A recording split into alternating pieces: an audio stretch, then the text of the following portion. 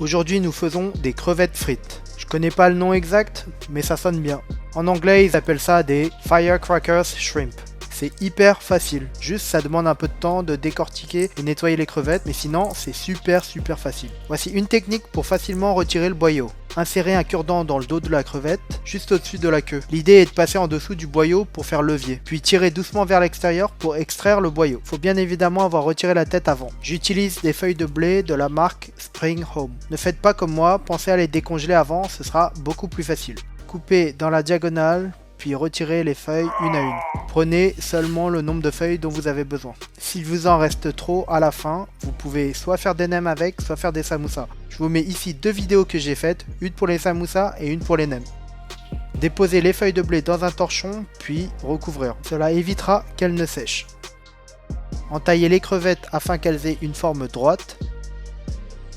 Marinez les crevettes avec de l'ail, de la sauce soja, de la poudre de saté. Si vous n'en avez pas, vous pouvez utiliser du paprika, de la sauce d'huître et du sucre.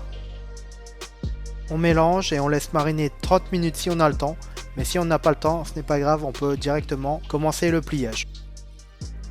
Utilisez la moitié d'une feuille de blé, placez la crevette, puis roulez en serrant avec les doigts. Ne surtout pas laisser d'air, sinon l'huile va rentrer lors de la cuisson. Ensuite, on va utiliser de l'eau qui va nous servir de colle pour sceller le tout.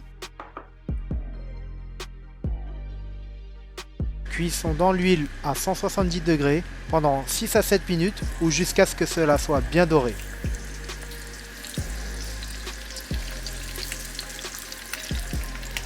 Voilà, la recette est terminée. Merci d'avoir regardé la vidéo. Pour me soutenir, je vous invite à liker la vidéo et n'hésitez pas à vous abonner. Allez, ciao!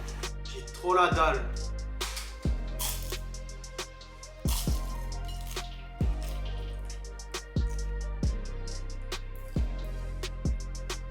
T'es trop bon.